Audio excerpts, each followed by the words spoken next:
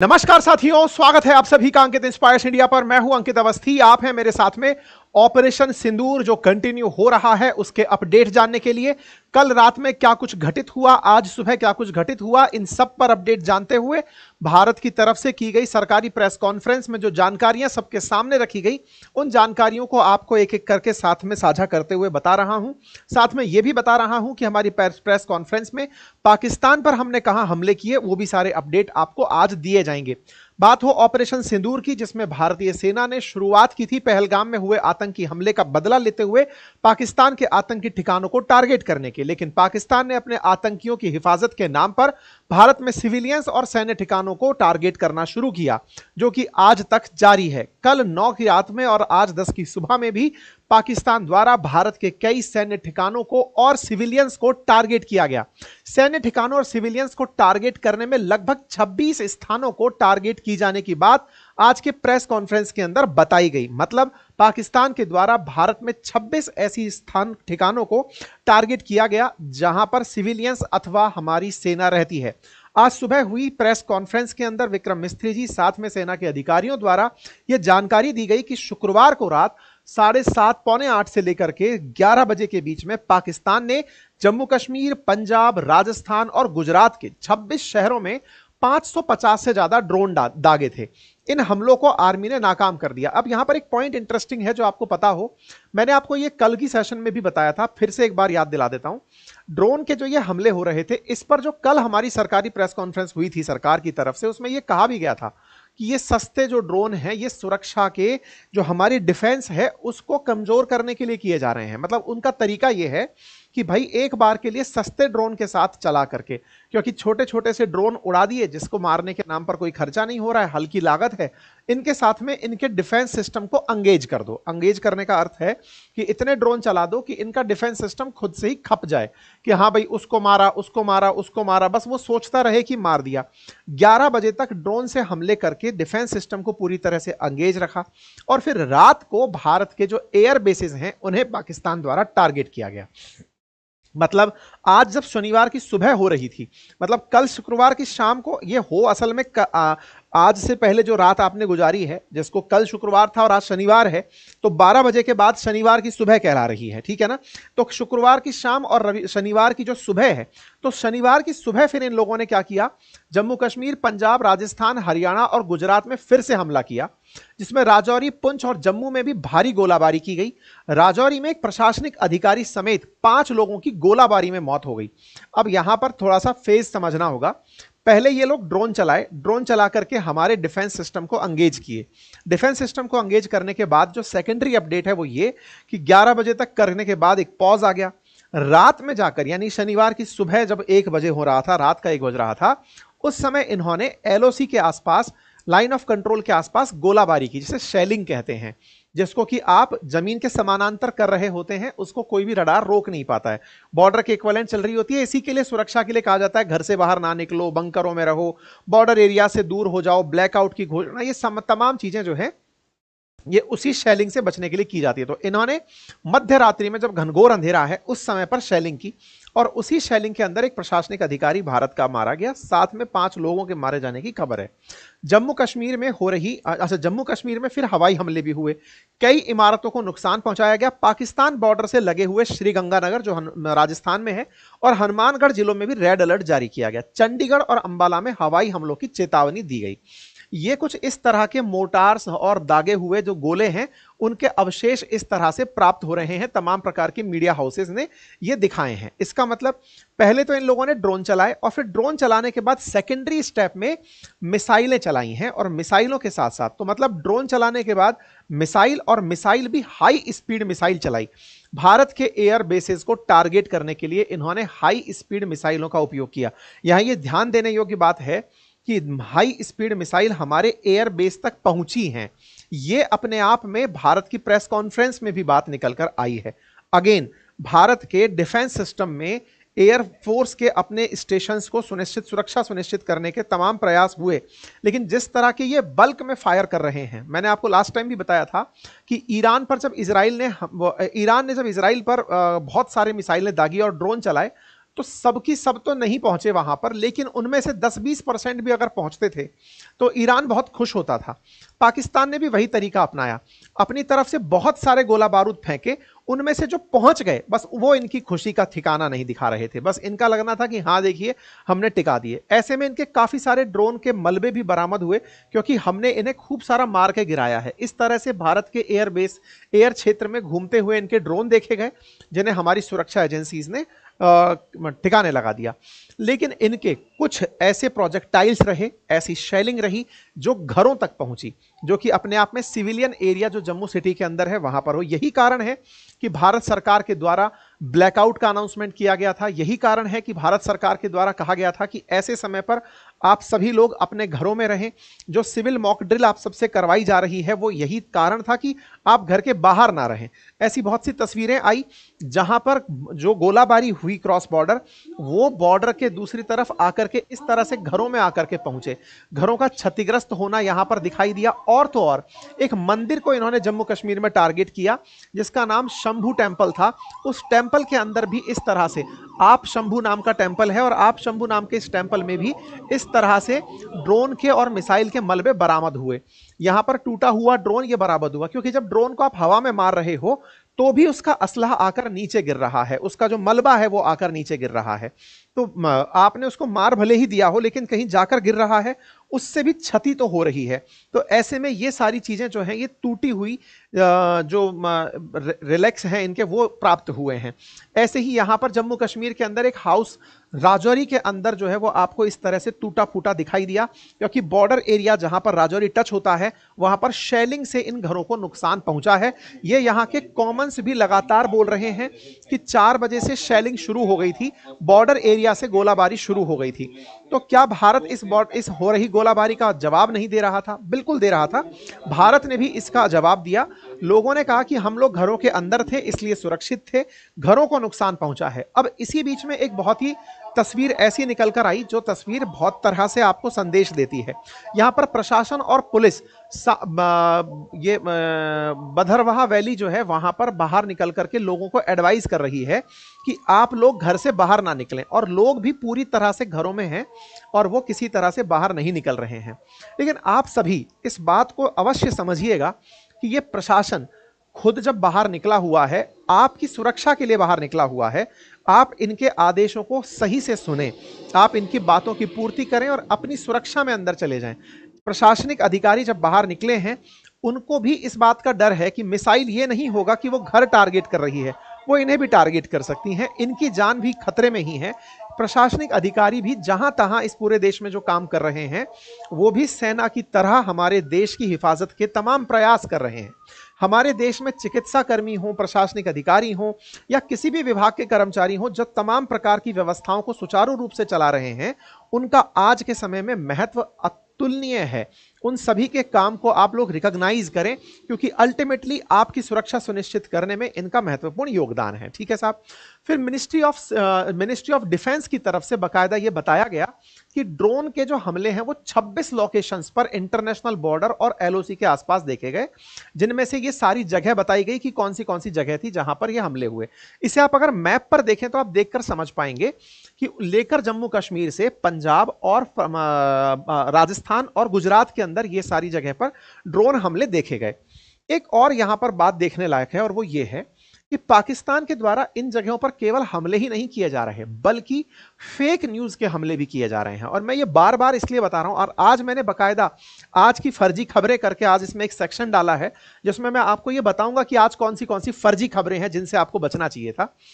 यहां पर इन्होंने फर्जी खबरों में यह डालने का प्रयास किया कि पंजाब के अंदर जो अमृतसर गोल्डन टेम्पल है या फिर पंजाब के अंदर जो गुरुद्वारे हैं उनको भारत खुद टारगेट कर रहा है।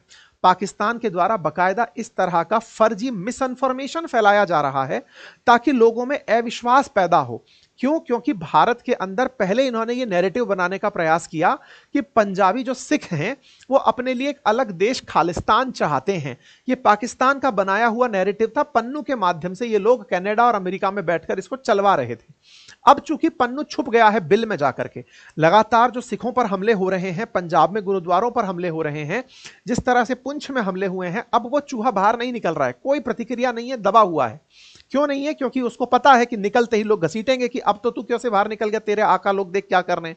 अब वो नहीं पूछ रहे कि कौन सिख है और कौन नहीं है ना। तो यहां पर रिलीजियस टारगेट जो चल रहा है, इसके पीछे का तर्क क्या दिया जा रहा है, देखिए मतलब कितना आसानी से भड़काया जा सकता है। भड़काने का तरीका देखें कि बोले इंडिया में इंडियंस ही टारगेट कर रहे हैं इस तरह से। अब ये बात क्यों बिलीव कर लोगे आप? क्योंकि अच्छा, खालिस्तानियों को सबक सिखाने के लिए ये हो सकता है। भारत के अंदर भारत के लोगों को, हमारे यहां इतनी डाइवर्सिटी, इतने कल्चर्स, इतने रिलीजन्स, लैंग्वेजेस, सब तरह की रीति रिवाज यहां एग्जिस्ट करती हैं। डाइवर्सिटी तो इंडिया की पहचान है, लेकिन ये लोग उसी को पकड़ करके कि चलो इनको भड़काते हैं, इस तरह की मिस इन्फॉर्मेशन भी इनके द्वारा चलाई जा रही हैं। ठीक है, अब इसके बाद जो हुआ वो क्या था, ड्रोन हमले के बाद में फिर शनिवार की जब सुबह हुई तब इन्होंने लॉन्ग रेंज मिसाइल दागी, और वो मिसाइलें जो हैं वो पठानकोट, आदमपुर, भुज एयरबेस जो है वहां पर और उधमपुर पर मिसाइलें आकर गिरी। पाकिस्तान ने बकायदा अस्पताल और स्कूलों को भी निशाना बनाने का प्रयास किया, हालांकि भारत ने उन्हें नाकाम कर दिया। मतलब हमारे जो एयरबेसेस हैं उनको इन्होंने टारगेट किया हाई स्पीड मिसाइल से। हालांकि हाई स्पीड मिसाइल्स के बारे में भी जानकारी नहीं आई है, लेकिन उम्मीद की जा रही है, मतलब न्यूज मीडिया में चल रहा है कि शायद इन्होंने शाहीन मिसाइल थी जो यहां पर हमले के अंदर यूज में ली थी। बकायदा भारत की प्रेस कॉन्फ्रेंस में इस बात को बताया गया।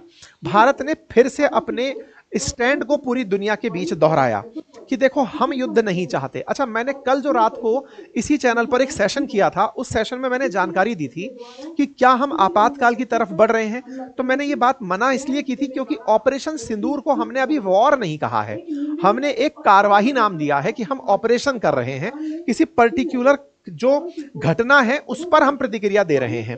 आतंकवादियों ने हम पर हमला किया था, हम उसकी बदला दे रहे हैं। अब पाकिस्तान की सेना, आप में से कईयों को यह लगेगा कि आकर के हमारी प्रेस कॉन्फ्रेंस में यह बात बताई क्यों जा रही है कि हम पर कहां कहां हमला हुआ। इसके पीछे का रीजन है वर्ल्ड कम्युनिटी को यह अपडेटेड रखना कि हम हमला नहीं कर रहे हैं, हम बदला ले रहे हैं।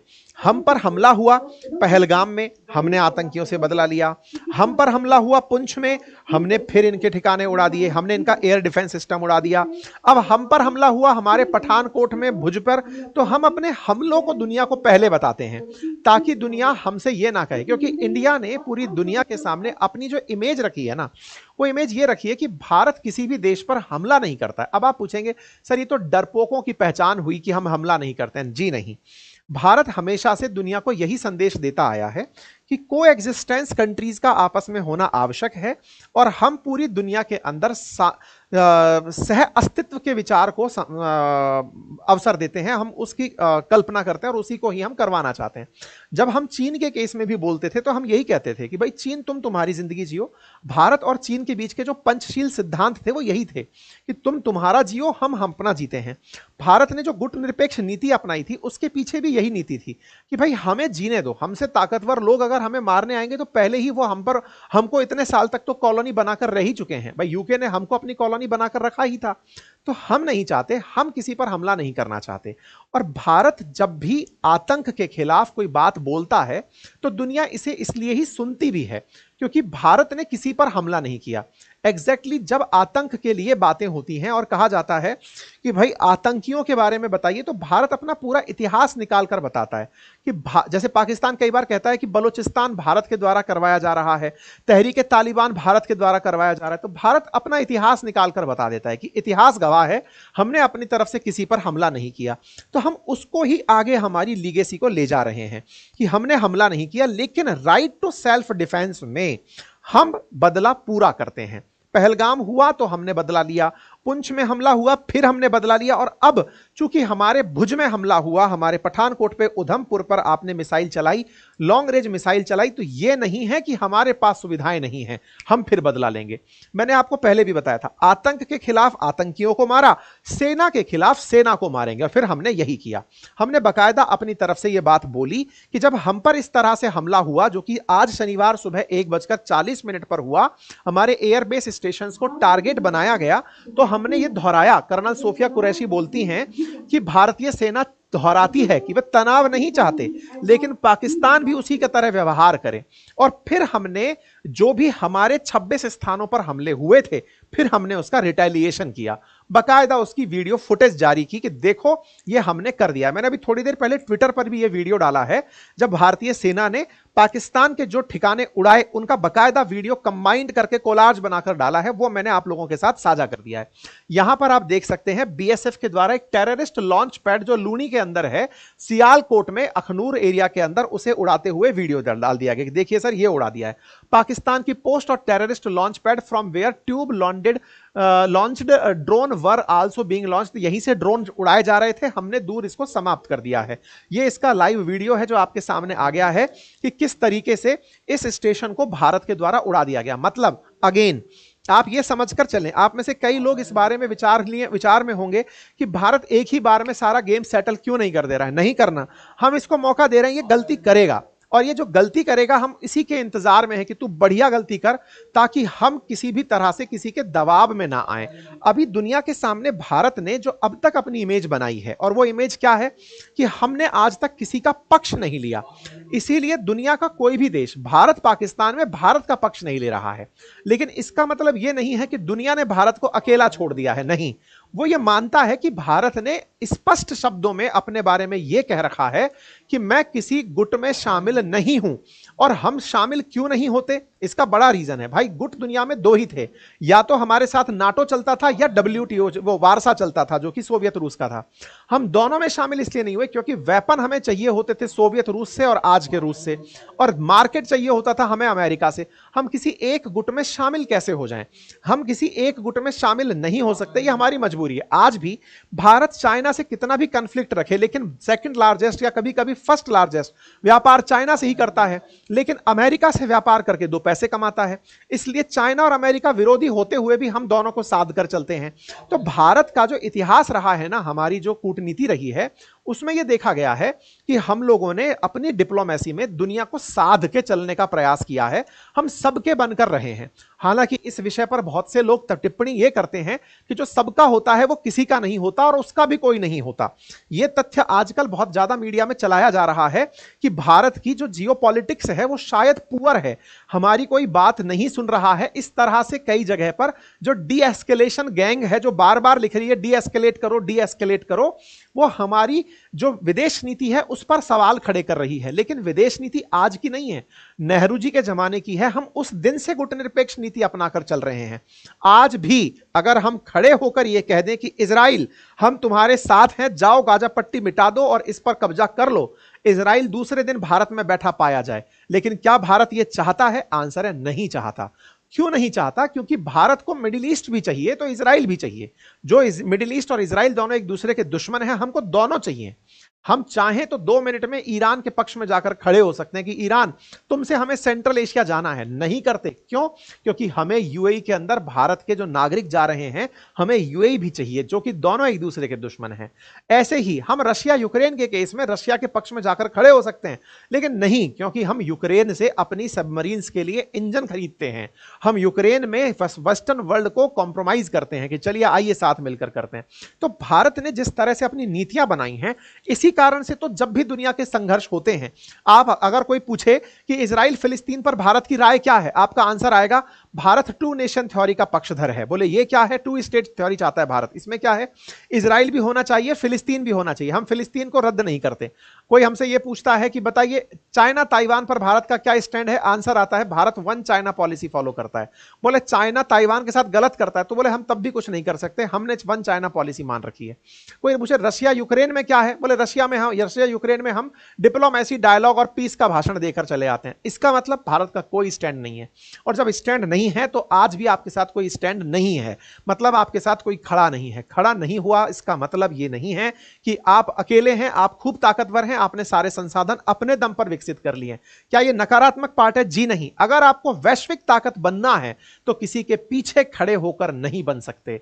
आपकी खुद की विचारधारा होगी, आपका स्वतंत्र अस्तित्व होगा, तभी जाकर के भारत दुनिया में एक वैश्व गुरु बनकर के, विश्व गुरु बनकर बाहर निकलेगा। अगर आज हमने, ये वही वाली बात है कि नेताजी के पीछे अगर खड़े हो गए तो नेताजी बड़े हो गए। क्यों? क्योंकि नेताजी को लगने लगेगा कि जब मेरे पीछे खड़ा आदमी इतना भारी है तो मैं तो इससे भी भारी हूं क्योंकि ये मेरे पीछे खड़ा है। यही कारण है कि भारत ने स्वतंत्र अस्तित्व की व्याख्या को हमेशा जोर दिया कि नहीं, हम अपना मामला खुद निपट लेंगे।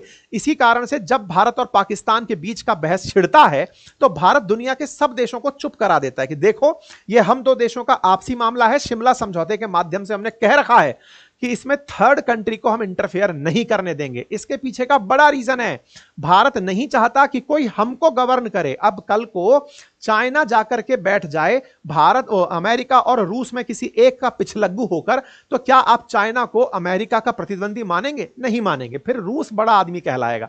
और हमेशा नेतृत्व क्षमता के अंदर यह बात कही है कि भाई साहब, लाइन तो वहीं से शुरू होनी चाहिए जहां आप खड़े हुए थे। तो भारत आज खड़ा हुआ है अपनी अड़िग पहचान लेकर कि हम किसी का ना तो साथ चाहते हैं और ना ही साथ लेना और ना देना जैसा व्यवहार रखते हैं। हम अलग हैं और हम सबका समर्थन चाहते हैं, और वही चाहते हुए हम दुनिया को अपडेट अपनी इंडिविजुअल पॉलिसी कर रहे हैं। और यही कारण है कि बहुत से लोग सॉफ्ट पावर के तरीके से भारत का साथ देते हुए चल रहे हैं। ठीक है ना? तो ऐसी स्थिति में फिलहाल के लिए अगर आप बात करें तो ऑपरेशन सिंदूर पर और अपडेट भारत की सेना के द्वारा कुछ इस वीडियो के माध्यम से दिया गया। मैंने थोड़ी देर पहले ट्विटर पर भी डाला है। हमने बकायदा मार्क किए कि देखो, कुछ इस तरह के सेंटर्स थे, यहां पर टारगेट थे। जब हम पर हमला हुआ एलओसी के माध्यम से, तो एलओसी पर हुई जो क्रॉस गोलाबारी है, हमने अपने गोलों से उन जगहों को जहां से हम पर गोलाबारी हो रही थी, हमने उन सबको निपटा दिया है। आप में से कुछ लोग कह सकते थे ना, क्या हमें पता नहीं चला क्या हम पर कहां से हमला हुआ? हमें पता चला, हमने लगाया सभी जगह निशाना और ये गया गोली और जाकर के उखाड़ दी इसको। ठीक है ना? पूरी तरह से हमने कदम से कदम मिलाए जा। ये बहुत ही शानदार बैकग्राउंड म्यूजिक है। ये शायद पता नहीं आपको सुनाई दे रहा होगा या नहीं, लेकिन हाँ, अगर आप जाकर सुने तो मैंने ट्विटर पे डाला हुआ है ये। ठीक है, तो हमने बकायदा भारतवासियों को बता दिया कि भैया 9 तारीख के दिन ही हमने ये सारा काम कर दिया है, हमने अपनी तरफ से इनको जवाब भेज दिया है। ठीक है, भारत ने पाकिस्तान के फिर सैन्य ठिकानों पर भी हमला किया, क्योंकि अल्टीमेटली हम पर हमला हुआ है तो फिर हम भी करेंगे। तो भारत ने उनके हमले का विरोध वो करते हुए, प्रतिक्रिया देते हुए, रफीकी, मुरीद, चकलाला, रहयम खान, जो इनके खास परमाणु वो ठिकाने हैं, एयर बेसिस हैं, हमने वहां हमले किए। सियालकोट का एयर बेस भी हमने टारगेट किया। हाँ, फिर भी हमने एक ही लाइन बोली। हमारी तरफ से बात क्या बोली गई? कर्नल सोफिया कुरैशी के बयान में था कि हमने ये सुनिश्चित किया कि मिनिमम कोलेटरल डैमेज हो। हम ये बात क्यों बोल रहे हैं? क्योंकि हम किसी सिविलियन को टारगेट नहीं कर रहे, हम किसी सिविलियन को टारगेट नहीं कर रहे, यही हमारा उद्देश्य है। और हमने मिनिमम कोलेटरल डैमेज को ध्यान में रखते हुए भारत ने पाकिस्तान के मिलिट्री के जो बेसिस हैं उनको टारगेट किया। तो अब देखिए, पहले हमने आतंकियों को टारगेट किया, पाकिस्तान ने हमारे सिविलियंस और सेना को टारगेट किया। उन्होंने हमारे सिविलियंस और सेना को टारगेट किया, तब भी भारत ने अपनी बड़प्पन दिखाया, क्योंकि पापा बेटे को बुरी तरह नहीं मारना चाहते, इसलिए हमने केवल सैनिक अड्डों को ठिकाना बनाया। इसके बावजूद पाकिस्तान चीटिंग करता रहा। क्या करता रहा? उसने अपने ऊपर से सिविलियन एयरक्राफ्ट उड़ाए ताकि भारत सिविलियंस के डर में उनके सेना को निशाना ना बनाए। ये मैंने कल भी बताया था, आज भी बता रहा हूं। ये कुछ एयरबेस हैं, नूर खान, शौरकोट, मुरीद एयरबेस, जहां पर भारत की तरफ से होते हुए धमाके आपको दिखाई दे सकते हैं। ये उन्हीं वहां पाकिस्तान के ही लोकल लोगों के वीडियोस हैं जो अपनी तरफ से ये बता रहे हैं कि आकर के इस तरह से अटैक हुए हैं और यहां पर आग। ये पाकिस्तान से ही एक वीडियो है जो कि आज सुबह बाहर आया, जिसमें नूर खान एयरबेस के बाहर खड़ा हुआ एक पाकिस्तानी खड़े होकर के वहां दिखा रहा है कि कैसे नूर खान पर हमला हुआ है और पाकिस्तान के लोग सड़कों पर उतर आए हैं, झंडे हाथ में लेकर के पाकिस्तान का जिंदाबाद का नारा लगाते हुए कि हमारे एयरबेस पर हमला हो गया है, हम साथ हैं, ऐसा करते हुए ये लोग बाहर निकल आए। कुल मिलाकर भारत ने इनके एयरबेस को जब टारगेट किया तो फिर इनकी तरफ से प्रतिक्रियाएं भी आ गई। इन्होंने अपनी तरफ से कहा कि नूर खान, मुरीद, रफी की एयरबेसेस को बकायदा इन्होंने एक्सप्लोज किया और एक्सप्लोजन्स जो है वो इस्लामाबाद, लाहौर आदि जगह पर भी पाए गए हैं। ऐसी बातें हुई। तो मतलब कितने बड़े बम थे? तो बोले साहब इतने मोटे मोटे बम थे जो हमने मारे थे। हमने ये सारी बातें इनको बताई। साथ में हमने ये भी बार बार कहा कि पाकिस्तान बार बार जो गलती कर रहा है वो क्या है कि नोटम जारी होने के बावजूद फ्लाइट उड़ा रहा है। हमने कह रखा है कि भाई हवाई जहाज मत उड़ाना, सिविलियंस को लेकर मत उड़ना, हम उन्हें मारेंगे, लेकिन ये बार बार उन्हें उड़ा दे रहा है। और भारत ने अपने संस्कारों में हमेशा यही पाया है कि अगर किसी ने ह्यूमन शील्ड बना ली, आपने एक काल्पनिक फिल्म ही कहूंगा बाहुबली, लेकिन अगर उसको भी देखा हो तो बाहुबली का भी एक सीन बहुत खास है जो कि भारत की संस्कृति और संस्कार दिखाता है कि जब उसमें दोनों भाइयों के बीच में बहस वो करवाई जा रही होती, कंपटीशन करवाया जा रहा होता है, भल्लाल देव और शाहू बाहुबली कौन कौन है इन दोनों के बीच में। तो ऐसे में बाहुबली के सामने एक चैलेंज था कि सामने ह्यूमन शील्ड बनाकर सेना खड़ी थी, तो उसने ह्यूमन शील्ड को पहले हटाया, महिला और बच्चे जो खड़े थे उनको हटाने के लिए उनके पैरों में कुछ रस्सियां मारी, तब जाकर अपराधियों को मारा। पाकिस्तान वाले ये जानते हैं कि भारत इतना संस्कारों से युक्त है कि ये सिविलियंस को टारगेट नहीं करेगा। अब जब टारगेट नहीं करेगा तो इन्होंने अपनी सुरक्षा में अपने ऊपर सिविलियन एयरक्राफ्ट उड़ाने शुरू कर दिए और बाकायदा सिविलियन एयरक्राफ्ट को इस तरह से उड़ाया ताकि भारत जितना अधिकतम सिविलियन एयरक्राफ्ट उड़ते देखेगा हमले रोक देगा। ठीक है, तो ये तो भारत की तरफ से अपडेट था। अब आते हैं आज के फेक समाचारों में। तो चलिए स्वागत है आज के फर्जी समाचारों में। फर्जी समाचारों में पहला फर्जी समाचार निकल कर आया पाकिस्तान की तरफ से, जिसमें उन्होंने यह कहा कि भारत की एक महिला पायलट जिसका नाम है स्क्वाड्रन लीडर शिवानी सिंह, उसको पाकिस्तानियों ने कैप्चर कर लिया है। आज के फर्जी समाचारों में बकायदा पीआईबी ने फैक्ट चेक करके इसे गलत करार दिया और कहा कि यह पूरी तरह फेक है और यह एक pro Pakistani social media handle द्वारा क्लेम किया गया है। स्क्वाड्रन लीडर शिवानी सिंह को कैप्चर नहीं किया गया है। मतलब एक फेक खबर जो भारत में फैलाई जा रही थी उसका खंडन भी आपके सामने निकलकर आ चुका है। दूसरी फर्जी खबर आपके सामने है और वो फर्जी खबर है पाकिस्तान के द्वारा भारत में फैलाई गई और वो फर्जी खबर कुछ इस तरह से थी पीटीवी न्यूज के माध्यम से कि हमने भटिंडा के अंदर अपना हमला कर दिया है, पूरी तरह से भटिंडा एयरफील्ड को डिस्ट्रॉय कर दिया गया है। पीआईबी ने बकायदा फैक्ट चेक करते हुए कहा कि भटिंडा एयरफील्ड पूरी तरह से सक्रिय है, क्रियाशील है, कहीं कोई दिक्कत नहीं है। ये अगेन एक फर्जी खबर है जो फैलाई जा रही है। इसी तरह से दिल्ली एयरपोर्ट पर हमले करने की एक फर्जी खबर आई, अगेन पीआईबी फैक्ट चेक के अंदर उसे गलत करार दिया गया। दिल्ली एयरपोर्ट पूरी तरह फंक्शनल है, दिल्ली मुंबई के बीच या तमाम तरह की जो फ्लाइट्स हैं वो प्रॉपर तरीके से चल रही हैं। ये एक फर्जी खबर थी जो फैलाई जा रही थी। इसी तरह से एक और फर्जी खबर फैलाई गई और वो ये थी कि पाक ऑक्यूपाइड कश्मीर के अंदर एक इंडियन पायलट इजेक्ट होकर के बाहर निकला है। जवाब था कि ऐसा कोई भी एपिसोड नहीं हुआ है, भारत के सभी पायलट्स और सैनिक सुरक्षित हैं। साथ ही साथ एक और बड़ा क्लेम निकाला गया फर्जी खबरों में और वो क्लेम था भारत के S-400 को तबाह कर दिया गया है। और ये छोटे मोटे हैंडल द्वारा नहीं, ब्रिक्स न्यूज नाम से एक न्यूज हैंडल है उसके द्वारा ये खबर फैलाई गई। अब इतने बड़े न्यूज हैंडल के द्वारा आप जानकर आश्चर्य करेंगे, अल जजीरा जैसा भी जो इतना प्रतिष्ठित न्यूज हैंडल है, हालांकि वो भारत विरोधी नीतियों के लिए जाना जाता रहा है, इजराइल ने तो उसे प्रॉपर तरीके से बैन किया हुआ है। अल जजीरा सरकार के द्वारा, कतर सरकार के द्वारा स्पॉन्सर्ड है, लेकिन फिर भी वो भी फेक न्यूज फैलाने से पीछे नहीं रहा। ब्रिक्स न्यूज नाम के इस न्यूज हैंडल ने फैलाया कि पाकिस्तान कहता है कि इसने इंडिया के S-400 एयर डिफेंस सिस्टम को मार गिराया है। इंटरेस्टिंग बात देखिए, इन्होंने खुद की तरफ से यह नहीं कहा कि S-400 defence system of India has been collapsed, नहीं, ऐसा कुछ नहीं। पाकिस्तान कहता है कि भारत का S-400 गिरा दिया। तो तुम क्या कहते हो भाई? तुम रिपोर्टर हो ना, तुम अपना कहो ना, तुम मालूम करो इंडिया में जाकर के कि कुछ हुआ है कि नहीं हुआ है। काय का फर्जी न्यूज चैनल चला रखे हो? फिर अगर तुम न्यूज चैनल बना ही रहे हो अपने आप को, तो फिर ये बात किस तरह की? वो कहता है, मैं तो ये कहता हूं कि शहबाज शरीफ, अब मैं डॉट करके कहूंगा तो फिर मतलब खामा बेइज्जती हो जाएगी उन लोगों की। कुल मिलाकर के बात यह है कि इस तरह की फर्जी न्यूजों को किसी का नाम लगाकर अगर आप डाल रहे हैं तो इसका इंपैक्ट सोच रहे हैं। लोगों को लगने लगा ब्रिक्स न्यूज ने ये कहा है, लेकिन कहा क्या? पाकिस्तान कहता है। तो इस बात का बकायदा भारत के अंदर कंफर्मेशन दिया गया कि हमारा S-400 सुरक्षित है। ये केवल मिस इंफॉर्मेशन का सहारा लिया जा रहा है, भारत के विरोध में फर्जी बातें पेश की जा रही हैं। ठीक है, इसी प्रकार से फिर S-400 डेस्ट्रॉयड बाय पाकिस्तान को पीआईबी ने भी फैक्ट चेक करके ब्रिक्स न्यूज वाले हैंडल को फेक करार दिया। बहुत से लोगों ने तो भारत में यह तक डिमांड कर ली कि सर इनको बैन ही कर दो, इनका कोई मतलब नहीं है। ठीक है, पाकिस्तान ने आदमपुर, सूरतपुर, S-400, नगरकोट के गोला बारूद सेंटर, ब्रह्मोस फैसिलिटी को तबाह करने का दावा किया, हम इसे खारिज करते हैं। बकायदा पाकिस्तान तो यह तक चला दिया कि जहां पर भारत ने S-400 रखे हुए हैं वहां पर भी हमने, और ब्रह्मोस रखे हुए हैं वहां पर भी हमने हमला कर दिया है। अब मतलब अंबाला में भी हमला कर दिया, सब जगह हमने हमला कर दिया है, तबाह कर दिया है। ये सब फर्जी खबरें हैं, कोई इनका लेना देना नहीं है। हमने बकायदा इसको पूरी तरह से क्लियर किया। ऐसे ही अल जजीरा इंग्लिश लिखता है कि उन्हें there have been about 10 explosions, around Srinagar airport in Indian administered Kashmir reports the Reuters news agency citing local officials. मतलब हद हो गया है इन न्यूज चैनल्स के कोटिंग को देखने वाली बात है। ये वही न्यूज चैनल्स हैं जब इजराइल और हमास हुआ था तब छाती पीट रहे थे हर जगह ये दिखा दिखा करके कि all eyes on Gaza, all eyes on Gaza. उसको तो ये इतना तरीके से उठा रहे थे। अब आप देखिए, मैं इस खबर का आपके सामने विश्लेषण कर रहा हूं, पढ़िए क्या लिखा है। अल जजीरा इंग्लिश लिखता है कि श्रीनगर एयरपोर्ट पर 10 धमाके हुए, उसके आसपास 10 धमाके हुए, लेकिन लिख क्या रहा है, रिपोर्ट्स द रॉयटर्स न्यूज। अब मतलब इनको रॉयटर के माध्यम से पता चला है, जैसे कि अपने देश में एएनआई न्यूज एजेंसी है, ऐसे रॉयटर्स नाम की एक न्यूज एजेंसी है, ठीक है ना। तो ऐसे में बोले हमको रॉयटर्स से पता चला है। बोले अच्छा, बहुत अच्छी बात है, चलो रॉयटर्स क्रेडिबल होती होगी, वहां से पता चल गया होगा। भाई साहब, रॉयटर्स के साथ में यह लिखा गया है कि रॉयटर्स ने लोकल ऑफिशियल्स को कोट करके यह बात लिखी है।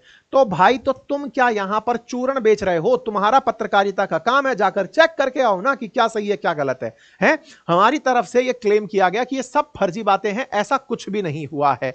मतलब ये पूरी तरह से फेक है। भारत ने फिर इसे फैक्ट चेक किया, कुछ भी इस तरह की बात में सच्चाई नहीं है। और उन्होंने कैसे बातें लिखी हैं, उसने कहा कि उसने ये कहा, तो फिर तो हमारी इंडियन मीडिया बेचारी कल गलत ही डांट सुन ली।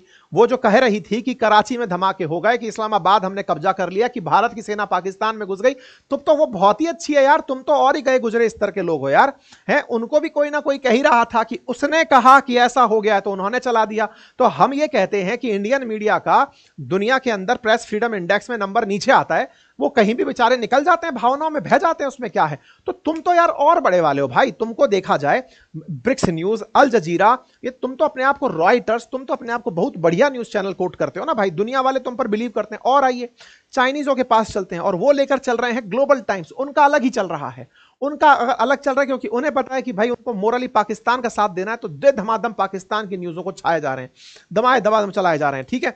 इसी तरह से फिर एक और न्यूज़ निकल कर आती है, और वो तो गजब ही थी कि भाई साहब इंडिया की 70% बिजली ठप हो गई है। भाई मेरे घर में अब तक पिछले 48 घंटे से बिजली छपकी तक नहीं है। आप भी अपनी तरफ से थम्स अप करके कमेंट बॉक्स में बता दो कि आपके यहां बिजली आ रही है ना भाई।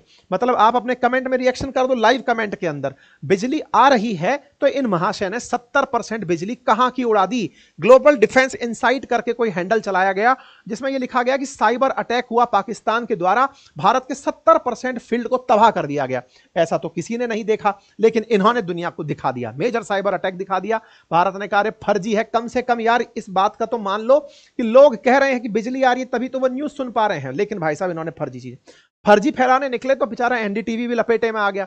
एनडीटीवी ने कह दिया कि दिल्ली मुंबई रूट के ऊपर ट्रैफिक चलना बंद हो गया। नहीं भाई, अभी मैं खुद वहीं दिल्ली मुंबई रूट पे से चल के आ रहा हूं, जयपुर उसी में ही पड़ता है, अलवर वहीं से ही निकलता है, दिल्ली मुंबई रूट का हिस्सा है।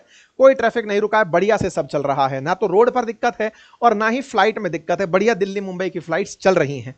तो ये फर्जी खबरें हैं, और फर्जी खबरों को कितना ज्यादा डिनाई किया जाए ये जानना जरूरी, बिकॉज अल्टीमेटली कोई किस नाम से कोट कर दे रहा है तो दिक्कत हो जा रही है। अच्छा, इसके बाद तो जो बात, मतलब मैं फर्जी खबरों में खुद कहां जाकर फंसा, हद तो ये हुई। मैं जयपुर से आपके लिए ये सारे सेशंस कर रहा हूं। जयपुर की एक रिपोर्ट आती है कल, और वो रिपोर्ट क्या आती है साहब, explosion can be heard at Jaipur airport. ये कोई जीवन जर्नलिस्ट है। अच्छा, नाम से सुनकर तो बिल्कुल इंडियन सा, हिंदू सा फीलिंग आता है, लगता है कि कोई भारत का ही नागरिक होगा, यही कोई रिपोर्टिंग कर रहा होगा। रिपोर्टिंग में क्या हुआ, जयपुर एयरपोर्ट के पास धमाका हुआ। भाई साहब मैं खुद इसके बारे में कल आपको ट्वीट भी किया कि भाई मैं यही हूं, एयरपोर्ट पर धमाका होता और हमें पता ही नहीं चलता, फिर तो मेरा मतलब किसी भी तरीके से होना गलत है। भाई साहब यहां पर फर्जवाड़े की फिर खुद, मतलब यहां के कलेक्टर ने ट्वीट करके कहा कि यार फर्जीवाड़ा है, ये कुछ नहीं है। कुल मिलाकर के फर्जी खबरों का आज मैंने आपके सामने प्रसारण किया। मैंने आपको यह भी बताया कि कौन सी फर्जी खबर है, और मेरा मानना है कि मैं आपको अब रोज फर्जी खबरों का एक सेक्शन लेकर आऊंगा, जिसमें आज की फर्जी खबरें आपको कराई जाएंगी इस युद्ध काल के अंदर, जो मतलब ऑपरेशन सिंदूर के टाइम पर चल रही हैं। ठीक है साहब, आगे बढ़ते हैं। आगे बढ़ते हुए भारत के लिए इन्होंने जो भी डायलॉग मारे वो ये कि इंडिया कहता रह गया और हमने $2.5 बिलियन का आईएमएफ से लोन ले लिया। मतलब कर्ज मांगने वालों भिखारियों की कॉन्फिडेंस की दाद देनी पड़ेगी। वो इस बात पर खुश हो रहे हैं कि भला हो हमें कर्ज मिल गया है, और हमें कर्ज मिल गया है, कर्ज मिलते ही हमने बैलिस्टिक मिसाइल चला दी है। आईएमएफ ने इंडिया के द्वारा जो कंसर्न रेज किए थे उनको नहीं माना। और ये मैंने कल भी आपको बता दिया था सेशन के अंदर कि आईएमएफ का सब कुछ किया धरा है। पाकिस्तान की सरकार बदलवाने वाली आईएमएफ है, अमेरिका है, बाइडेन के काल में ये सारा काम हुआ था, इमरान खान को जेल में डाला गया था। कल मैंने आपको सारी बातें बताई। तो आईएमएफ भारत के कहने से तत्काल प्रभाव से सहायता रोक दे, ये संभव नहीं है, क्योंकि भाई उन्होंने पूरा देश बर्बाद कर दिया और अब आप कह रहे हो कि नहीं सर इनको कर्जा मत दो। तो भारत की बात नहीं सुनी गई। इस बात को लेकर के लोग मजे ले रहे हैं कि वाह आईएमएफ आया इनको लोन देने, उन्होंने कट निकाल के आतंकियों को दे दिया, जाओ बेटा आराम करो।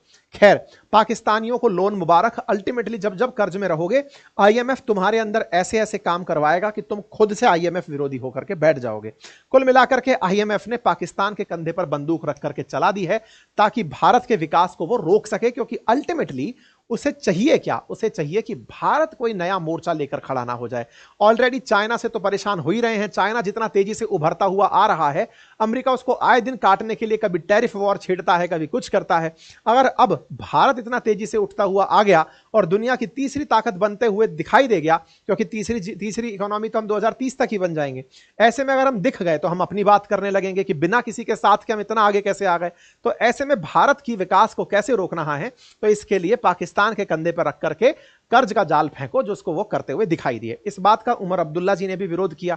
कहा कि दुनिया वालों, किस तरह से आप ये कहते हो कि जम्मू कश्मीर में हम अमन चैन चाहते हैं, तुम आईएमएफ के माध्यम से पाकिस्तान को कर्जा दे रहे हो, वही कर्जा लेकर के इधर गोलाबारी चलाएगा। तो ये बात भी निकल करके कुल मिलाकर आई। खैर चलिए और आगे चलते हैं। इसी प्रकार से आगे चलते हुए पाकिस्तान की तरफ से खबर आ रही है। अगेन मैं इस बात को खुद कंफर्म नहीं करूंगा, क्योंकि अब मुसीबत यह है कि कौन कह रहा है, ये सेज में बड़ा दिक्कत आता है भाई। अब ये सेज लिख करके पढ़ना पड़ता है कि किसने कहा। तो यहां लिख रहा है पाकिस्तान की मिलिट्री। पाकिस्तान की मिलिट्री में तो 6 लाख लोग हैं, तो क्या हर आदमी बिल्कुल कुत्ते की तरह हुंकारे मार रहा है क्या, ऊ करके बोल रहा है कि हाँ भाई पाकिस्तान के प्रधानमंत्री ने बुलाया? ये फर्जी चीज हो गई। तो ऐसे में मैं इस न्यूज की सत्यता प्रमाणित नहीं करता, लेकिन न्यूज क्या चल रही है वो जान लो कि प्रधानमंत्री ने अभी अपने द्वारा न्यूक्लियर आर्सेनल्स जो रखे हैं, परमाणु बम जो रखे हैं, उनकी जो कमेटी है उसकी बैठक बुलाई है कि आओ।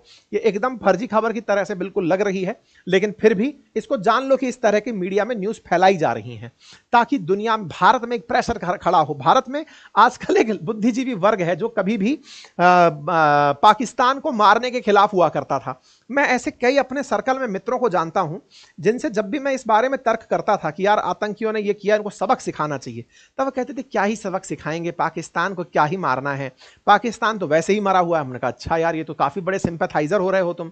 हमने कहा फिर तो बढ़िया से मारना चाहिए। अरे नहीं नहीं, युद्ध अच्छा नहीं होता है। अच्छा, क्योंकि ये देश बुद्ध का है।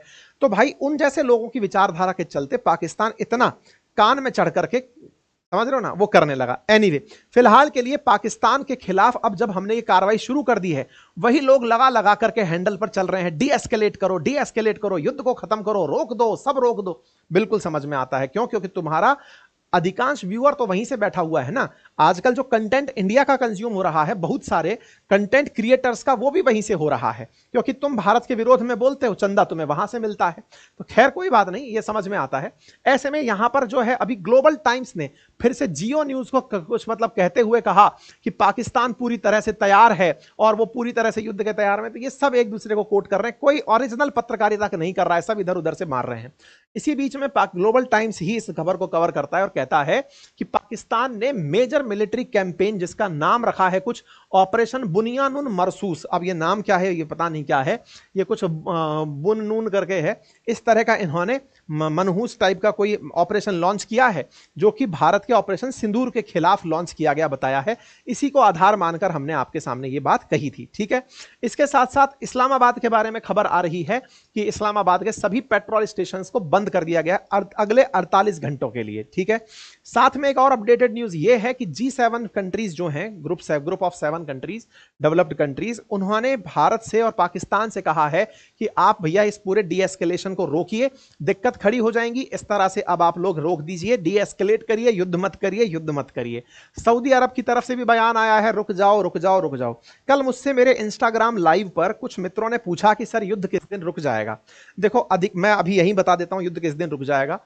आज से मुश्किल से 5 दिन इसकी अधिकतम मियाद है। अधिकतम मियाद में क्यों कह रहा हूं? क्योंकि इस हफ्ते के अंत तक सऊदी अरब में संभवतया ट्रंप पहुंच रहे हैं और अमेरिका के द्वारा ये सारे काम, क्योंकि ट्रंप आए और वैश्विक मीडिया कवर कर रहा हो इंडिया पाकिस्तान, तो ट्रंप को यह बर्दाश्त नहीं होगा कि यार फुटेज में मैं क्यों नहीं हूं, पिछले 2-3 महीने से तो मैं ही चल रहा था और भी 4-5 महीने से मैं चल रहा था, मैं रहूं। उस समय युद्ध नहीं होना चाहिए, उस समय शांति होनी चाहिए।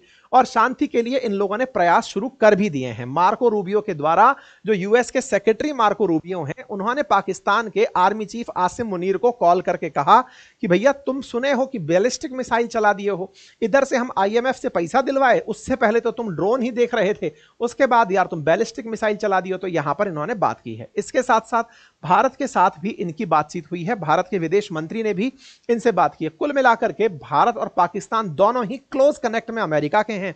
अमेरिका अभी इनसे कह के रखा हुआ है कि चल लो लड़ लो थोड़े बहुत दिन, तो उस तरह से समझो कि लड़ा झगड़ा जा रहा है, यही निकल रहा है इसका सेंस। क्योंकि हम भी प्रॉपर उन्हें रिपोर्ट कर रहे हैं कि हाँ सर इतना मार दिए, उधर से पाकिस्तान अमेरिका कह रहा है हाँ भाई पाकिस्तान पैसा दिए थे तुम बैलिस्टिक मार दियो क्या, बोले हम मार दिए हैं सर। अच्छा F-16 तो नहीं चलाए, बोले नहीं चला देते, फिर पाकिस्तान भारत को भी तो लोन चाहिएगा आईएमएफ से, आईएमएफ हमारे ही तो पास है, हम ही तो देंगे। तो उस तरह की इनके बीच में फुनियाना चल रहा है।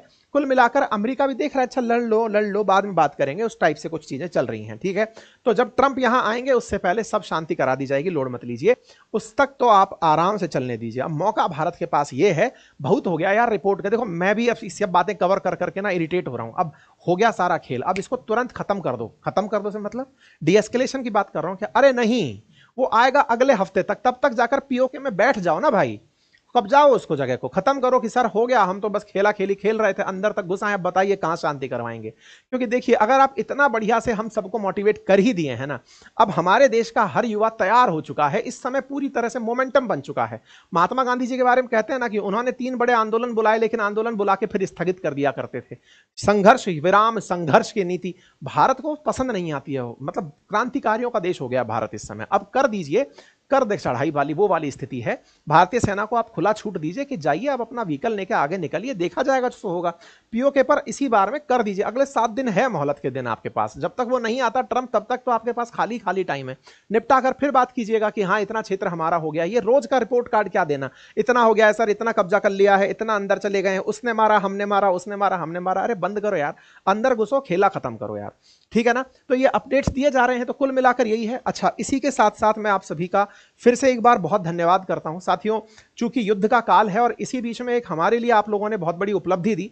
हर दिन लगभग हमारे 1.5 लाख से ज्यादा साथी पूरे टाइम उपलब्ध होकर के हमारा हौसला बढ़ाते हैं। इसी बीच में अंकित इंस्पायर इंडिया पर 5 मिलियन का जो सुहाना सफर है वो पूरा हुआ। सभी हमारे सब्सक्राइबर साथियों का बहुत बहुत धन्यवाद। और हां, आप जितने भी साथी अगर हमें सब्सक्राइब करते हैं तो इससे हमें असल में ताकत मिलती है। हमें लगता है कि हमारे साथ एक परिवार खड़ा है जिसकी जिम्मेदारी हम पर है। हम पर जिम्मेदारी है कि उन तक हम सही सूचना पहुंचाएं। हम पर जिम्मेदारी है कि हम उनके लिए कुछ ऐसा लेकर आएं जो उनको विचार करने के लिए, मतलब सोचने के लिए एक दिशा दे। तो आप में से जितने भी साथी इस पूरी यात्रा में मेरे साथ रहे, उनका फिर से एक बार बहुत सारा धन्यवाद। अपना प्यार और विश्वास यूं ही बनाए रखें, बड़ों का सम्मान करें, छोटों को प्यार दें और अपना व्यक्तित्व इस प्रकार से विकसित करें कि महिलाएं आपके साथ सुरक्षित और सम्मानित महसूस करें। जिन्होंने अभी तक चैनल सब्सक्राइब नहीं किया है, कर लीजिए। यह आपके द्वारा दिया गया मेरा बहुत बड़ा समर्थन है। आप मुझे इसी माध्यम से अपनी ताकत महसूस करवाते हैं। आप बाकी सभी साथी भी इसे सब्सक्राइब करें। बाकी आप इन विषयों पर क्या सोचते हैं, अपनी राय कमेंट बॉक्स में अवश्य रखें। साथियों, कल अगर संभव हुआ, सब कुछ चीजें थोड़ी नॉर्मल होती रही, कल हम प्रॉपर तरीके से एक सेशन करने जा रहे हैं हमारे एप्लीकेशन बातें बाजार की पर, जिसका लिंक कमेंट बॉक्स में है। यह सेशन होगा उन युवा साथियों के लिए जो उम्र के हिसाब से कहां निवेश करें, उनको अपने अनुभव साझा करते हुए कुछ बातचीत की जाएंगी। आप चाहें तो उसे ज्वाइन कर सकते हैं, free of cost, link comment box में पिन है। फंडामेंटल ऑफ स्टॉक मार्केट के साथ में हमने एक पोर्टफोलियो बिल्डिंग और मैनेजमेंट कोर्स लॉन्च किया हुआ है।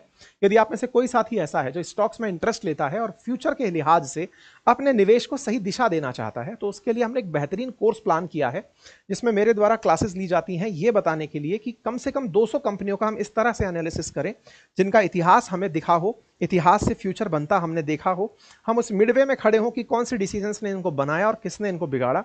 उनके प्रॉपर एनालिसिस के बाद अगर आप डिसाइड करते हैं कि कौन सा सेक्टर स्पेसिफिक हमें अच्छे से तैयार करना चाहिए, ये सारा डिस्कशन करने के लिए बातें बाजार की एप्लीकेशन पर मेरा कोर्स चल रहा है, आप जाकर उसे ज्वाइन कर सकते हैं।